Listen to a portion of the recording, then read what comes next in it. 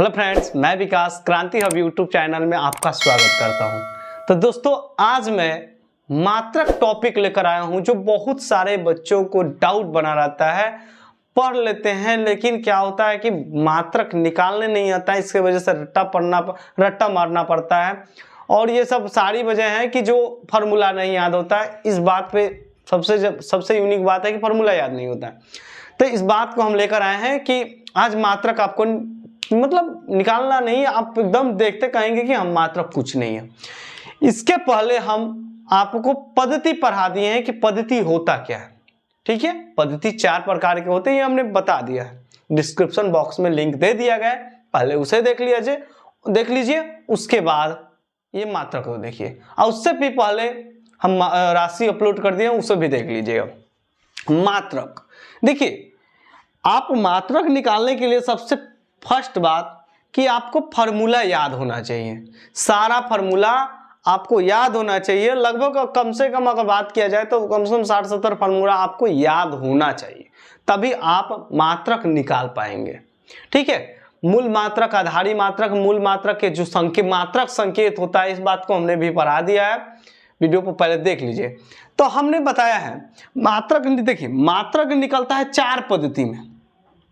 4 पद्धतियों में मात्रक को निकाला जाता है, और चारों पद्धतियों में देखा जाता है कि कौन कौन सा पद्धति है। एक बार शॉर्ट रिमेंबर कर देते हैं इसे।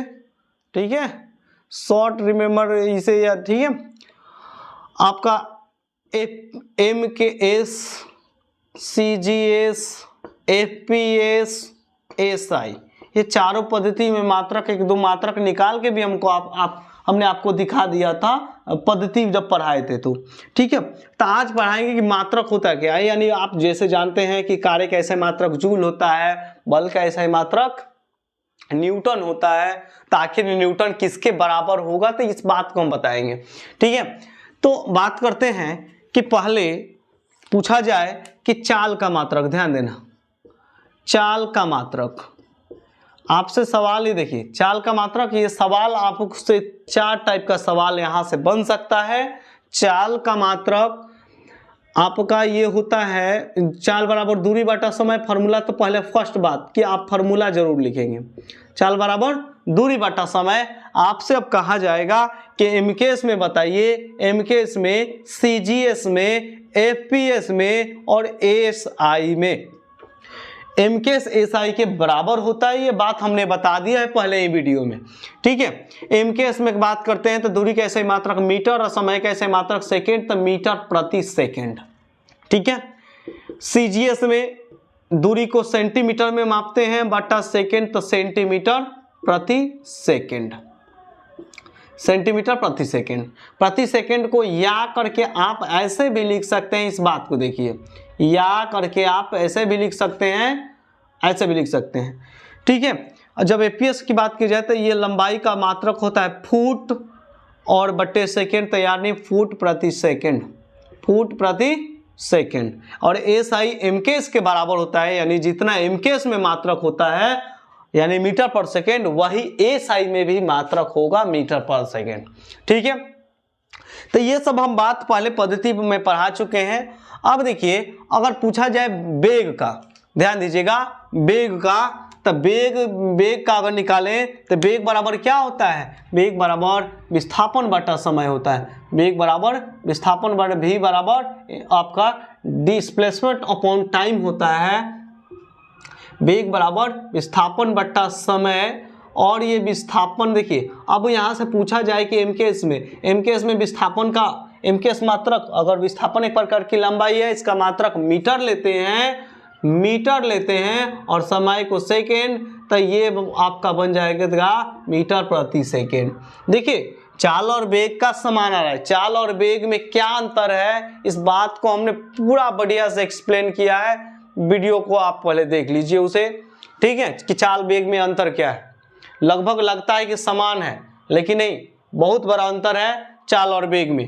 अगर आपसे पूछा जाए कि सीजीएस मात्रक वेग का क्या होगा, तो सेंटीमीटर प्रति सेकेंड। अगर एपीएस पूछा जाएगा तो एपीएस क्या होगा, फुट प्रति सेकंड, फुट प्रति सेकंड। और एसआई बराबर होता है mks के, यानी मीटर प्रति सेकेंड। देखिए प्रति को लिखने के लिए आप दोनों तरीका है, ठीक है। अब देखिए, अब ये तो हो गया। अब त्वरण भी आप जानते हैं मीटर पर सेकेंड होता है, ठीक है। त्वरण का अगर निकालें तो मीटर प्रति सेकेंड होता है। तो इस बात को देखिए, अगर त्वरण हम निकालेंगे तो क्या होगा, ठीक है।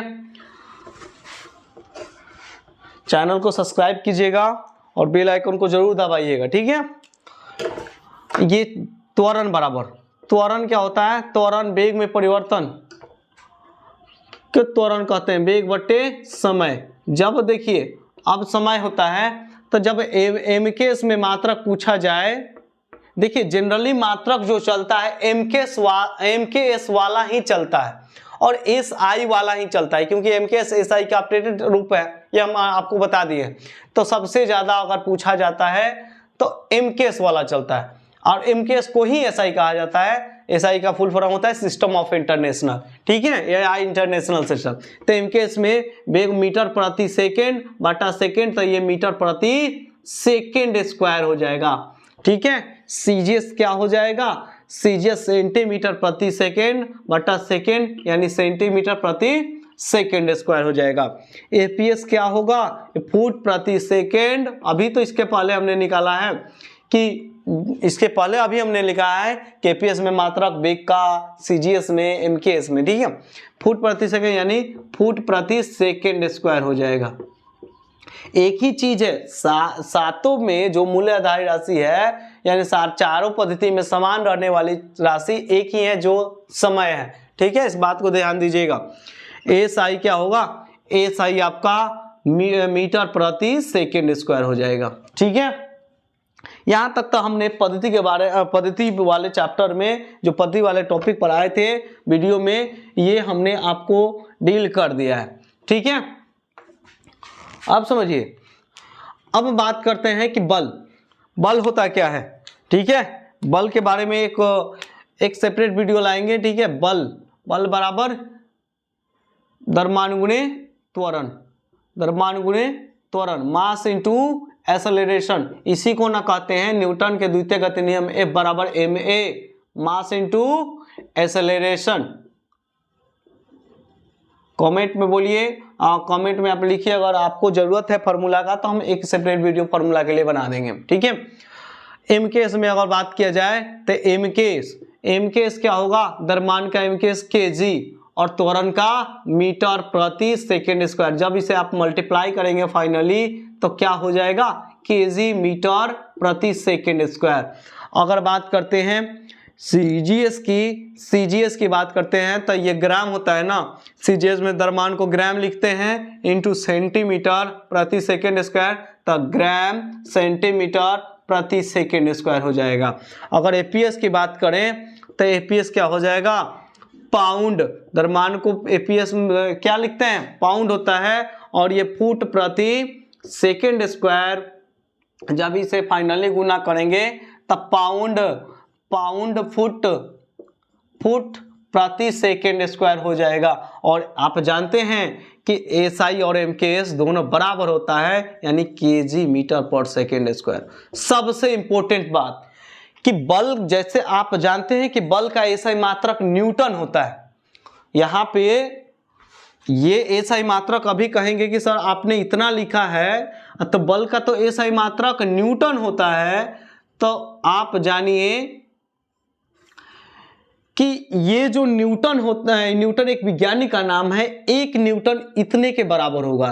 अगर बात किया जाए तो यहाँ पे लिख देते हैं कि एक न्यूटन, यानी न्यूटन को अगर आप संकेत में लिखते हैं, न्यूटन एक वैज्ञानिक का नाम है। जब आप संकेत किसी वैज्ञानिक को संकेत में लिखेंगे, तक अगर संकेत में लिखते हैं तो कैपिटल में लिखा जाता है। अगर पूरा नाम लिखते हैं, फुल नेम लिखते हैं किसी साइंटिस्ट का, तो क्या होता है, पूरा स्मॉल में लिखा जाता है, ठीक है।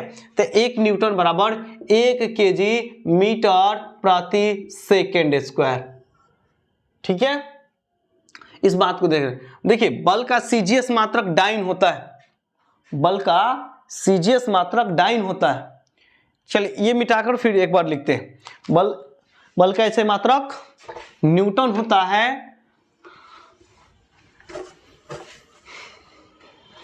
ध्यान दीजिएगा, बल का इसका एसआई मात्रक, एसआई यूनिट जो होता है ये न्यूटन होता है। एसआई यूनिट बराबर न्यूटन, ठीक है, इन से न्यूटन,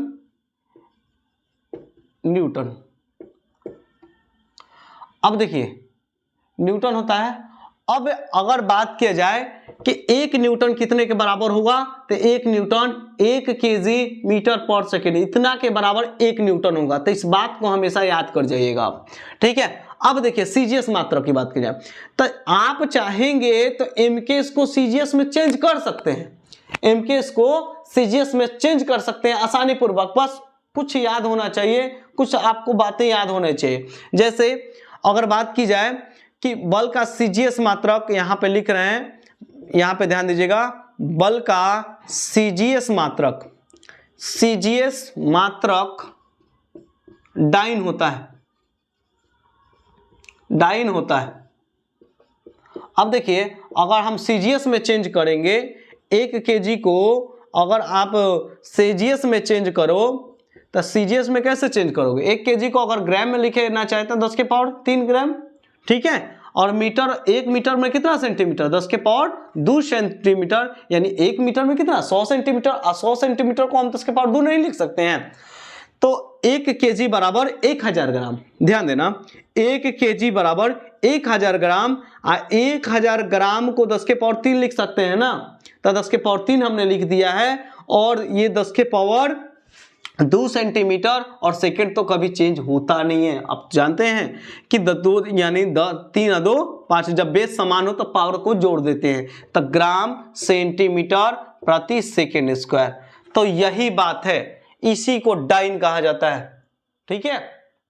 तो यहाँ पे रिलेशन बन जाता है कि 1 न्यूटन बराबर, न्यूटन और डाइन में संबंध जो होता है, यहां से देखिए, यहां से एक रिलेशन बन जाता है। सबसे इंपॉर्टेंट बात, यहां से एक रिलेशन बन जाता है दोनों सीजीएस और एसआई में। ये बात पूछा जाता है, ठीक है, कि 1 न्यूटन बराबर 10 के पावर 5 डाइन, इसी को डाइन कहा जाता है, इसी को डाइन। ग्राम सेंटीमीटर 10 के पावर 5 डाइन, इसी को दूसरे भाषा में आपसे सवाल कहेगा कि 1 डाइन बराबर कितना होगा, 1 डाइन बराबर कितना होगा, तो 10 के पावर -5 न्यूटन। इस बात को आप अच्छी तरह से, इस बात को दिमाग में बैठा लीजिए, ठीक है। अब बात करते हैं कार्य, ठीक है। कार्य, कार्य बराबर क्या होता है, इस बात को देखिएगा, बल का सीजीएस मात्रक डाइन होता है, बल का ऐसे मात्रक न्यूटन होता है, दोनों में रिलेशन ये होता है।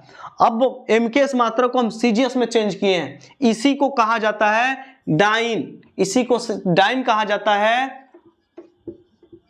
इसी इतना दूर को डाइन कहा जाता है, और इसे पूरे को न्यूटन कहा जाता है, 1 न्यूटन, ठीक है।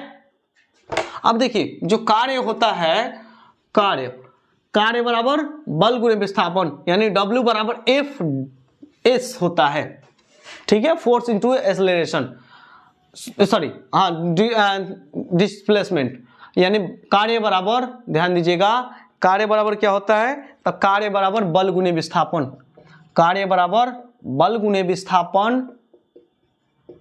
बल गुणे विस्थापन। जब इसे आप शॉर्ट में लिखना चाहे संकेत में, W बराबर Fs, ठीक है। अब देखिए एमकेएस मात्रक, एमकेएस की बात की जाए तो एमकेएस मात्रक क्या होगा, तो बल का अभी तो निकाले हैं, बल का केजी मीटर प्रति सेकेंड स्क्वायर। देखिए एक यही फायदा हो जाता है कि जब आप पिछले वाला मात्रक को दिमाग में रखेंगे तो आपको उस समय निकालना नहीं पड़ेगा, सीधा आप पुट आउट करेंगे, ठीक है।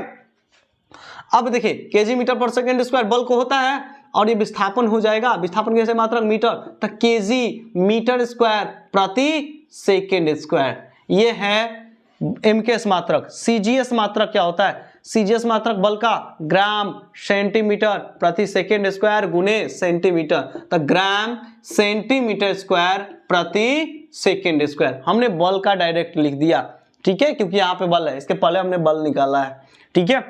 और यहां से अगर पूछा जाए एपीएस, तो एपीएस क्या होता है, फुट, पहले द्रव्यमान है तो पाउंड, पाउंड फुट प्रति सेकेंड स्क्वायर गुने फुट, दोनों को मल्टीप्लाई करेंगे तब पाउंड फुट के स्क्वायर, फुट स्क्वायर प्रति सेकेंड स्क्वायर, और एसआई तो आप जानते ही हैं एमकेएस के बराबर होता है, यानी केजी मीटर स्क्वायर प्रति सेकेंड स्क्वायर। ये मात्रक है कार्य का।